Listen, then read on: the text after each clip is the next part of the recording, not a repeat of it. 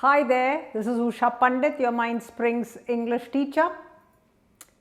Last time I did phrases with you and we did the noun phrase and we talked about how phrases were very important because in transformation of sentences what you actually do is you transform clauses into phrases.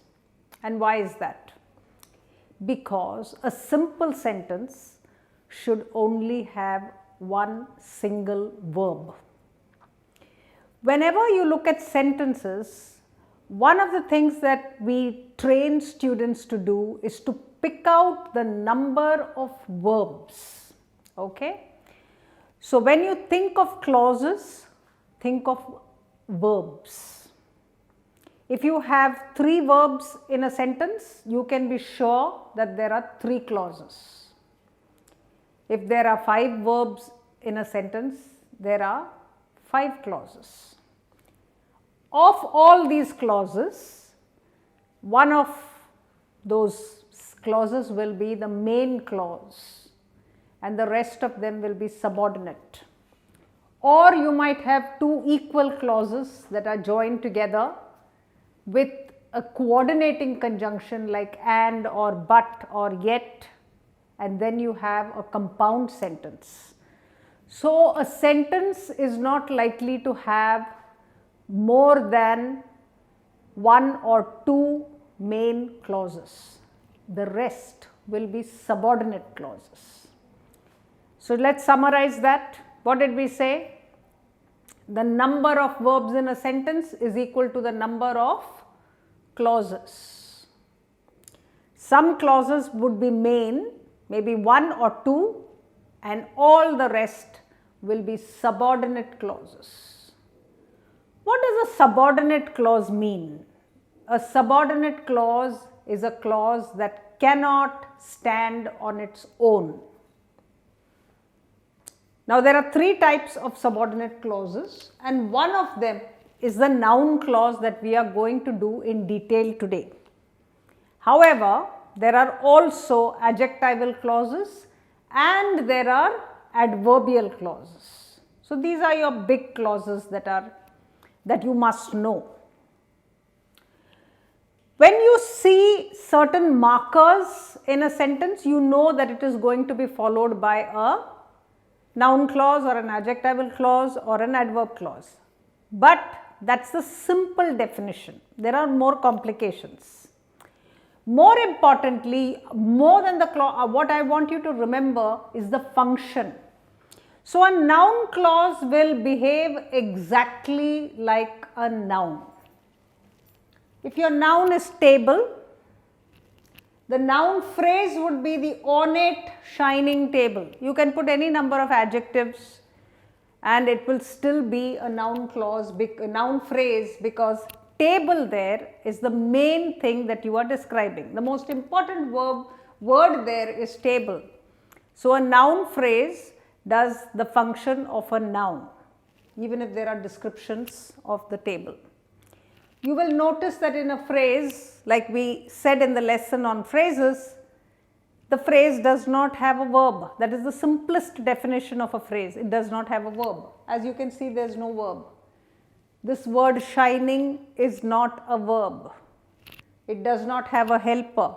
It's an ing word. It's a non-verb or a verbal. It's an adjective.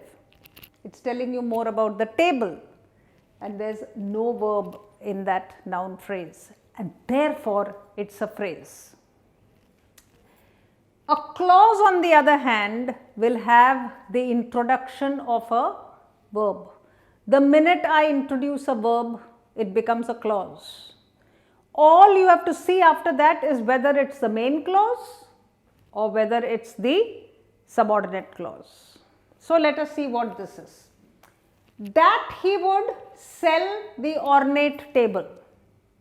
Now I can say that he would sell the ornate, shining, blue table. I can go on adding words there. The phrase can be as long as we want, but there is absolutely no verb in the phrase. But here this word would sell is a verb. We've introduced a verb into the phrase there, and therefore now it becomes a clause.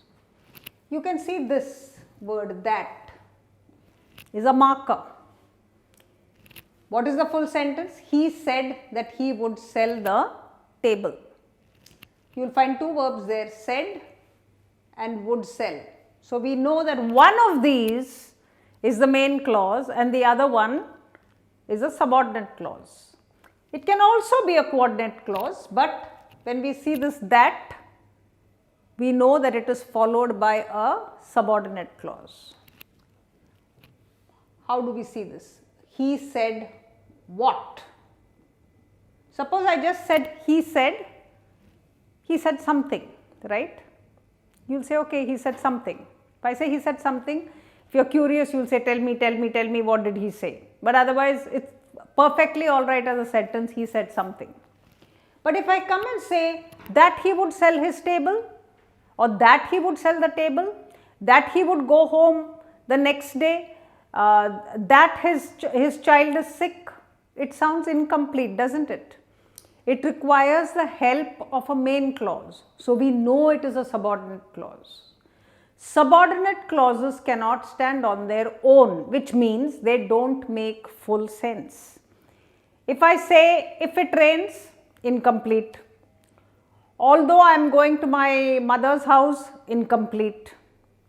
Who's wearing a pink dress, incomplete.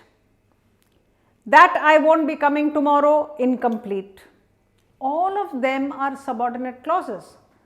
Who, adjectival, and that, noun, and all the other adverbial ones are like if and although, even though, all of these will give you their markers for adverbial clauses. So, I am not going to touch on all those, I am only going to do the noun clause with you today. So, the typical marker for a noun clause is this word that. So, what does it mean? This whole thing is a noun clause. So, if you ask he said what, the answer is he said something. Can you see this something here? This something is what he said. That entire clause, no matter how long it is, I can put it in this word something.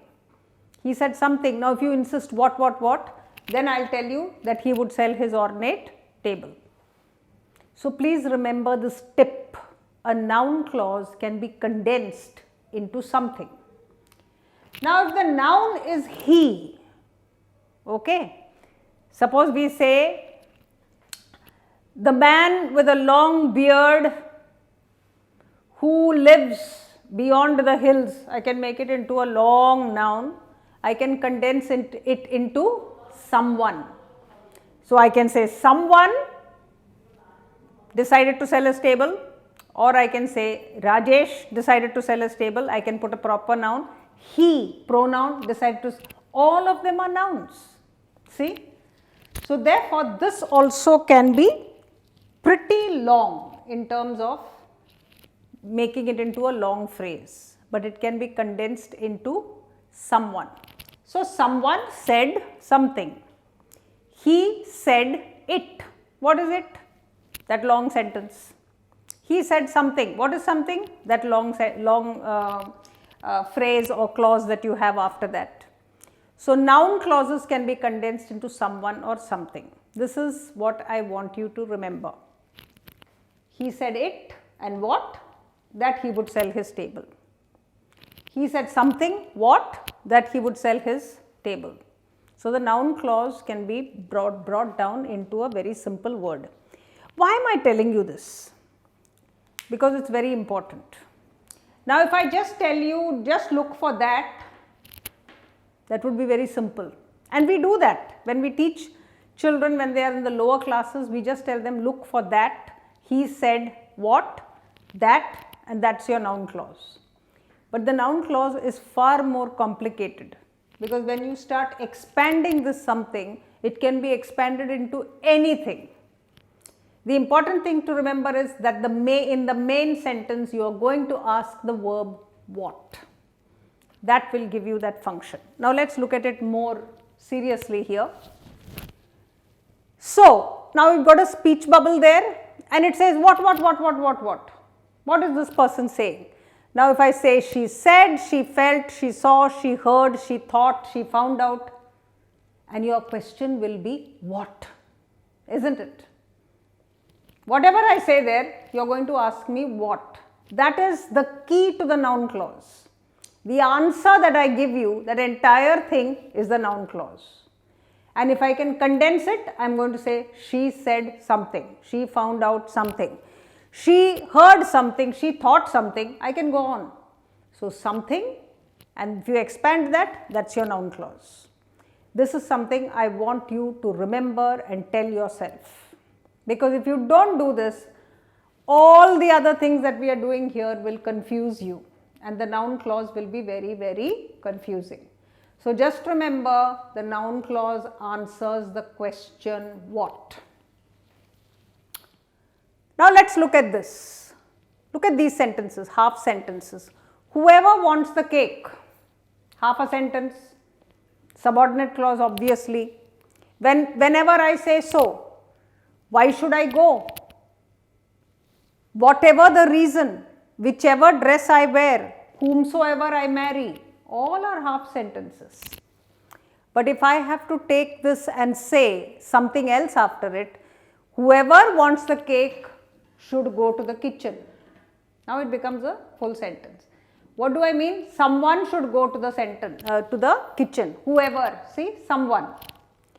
Whenever I say so, now you might look at whenever and say, oh, it is time, it's an adverbial clause. It is not.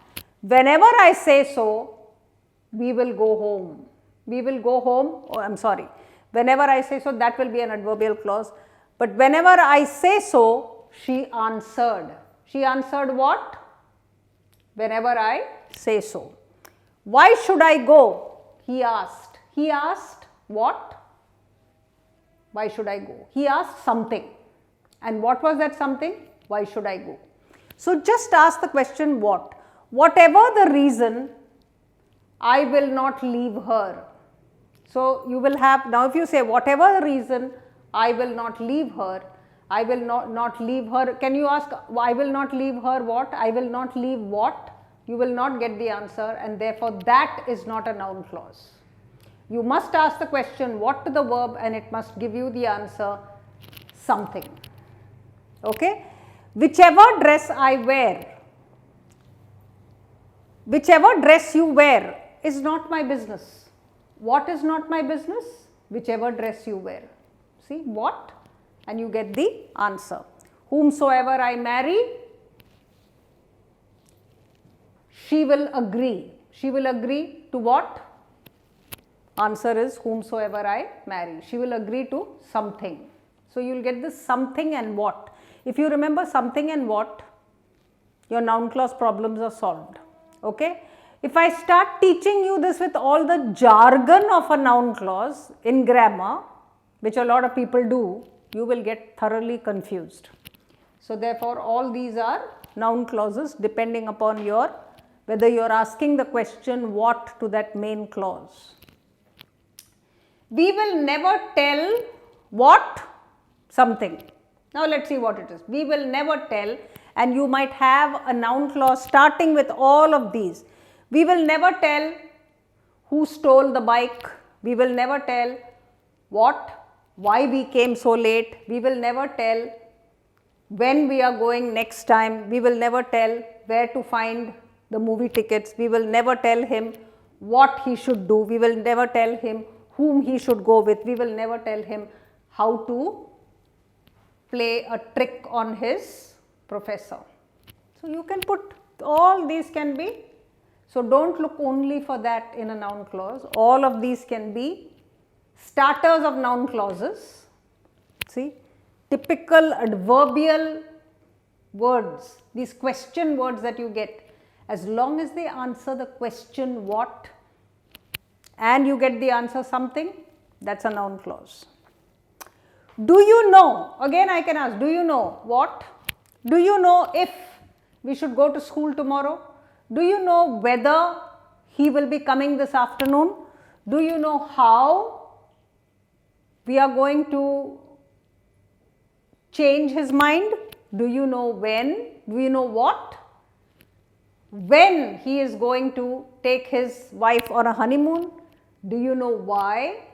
So, do you know why? And then you can continue the sentence. Do you know why we should always brush our teeth twice? Do you know where to find a good chartered accountant? Do you know whom we should contact? See, the answer question is always what? Do you know what? Where we should find a good chartered accountant? Do you know whom we should consult? Do you know what we should do the next time we go to Paris? So, you will always ask that question what, and you will always get the answer something, no matter what these words are. You can have a solid question word. If you say something is not my business, why he wants to go and visit her is not my business. If I say it's not my business, something is not my business. And what is it? It can be anything. That whole bit is a noun clause, provided it has a verb. That's the only thing you need to remember. It must have a verb, which is why the verbals or the non-verbs are connected so closely with clauses. Because you should not be looking at a present participle, a past participle, adjective, a gerund, none of these things you should, or an infinitive, and you shouldn't be calling them verbs, because then all your clauses will go wrong. So, please go and take a look at the gerund participle infinitive video, because that's very, very important. It's a solid foundational piece. Look at the phrases video so that you can differentiate between a phrase and a clause. And as I told you, clauses are counted by the number of verbs in a sentence. You might have one or two independent clauses, all the rest will be subordinate. So, now we know what to do with the noun clause. We have no worries, absolutely subordinate, all noun clauses. The question to ask is what, and the answer that you get is the entire clause. That entire clause can be condensed into something if it's the object, and if it's a subject, it will be someone. Okay? So, that's your noun clause. I hope that's very clear. Do ask me if you have any doubts in the comments box. Subscribe, subscribe, subscribe. I am going to give you these short tips on how to catch grammar. If you go to grammar with grammar, you are going to start seeing stars. But do it step by step by step. Don't try to understand the noun clause without understanding these bits. Stop the video, go and watch, come back, take a book, make notes, and make sure that you understand it completely. So, till we meet again the next time, keep smiling, practice your grammar, and become experts.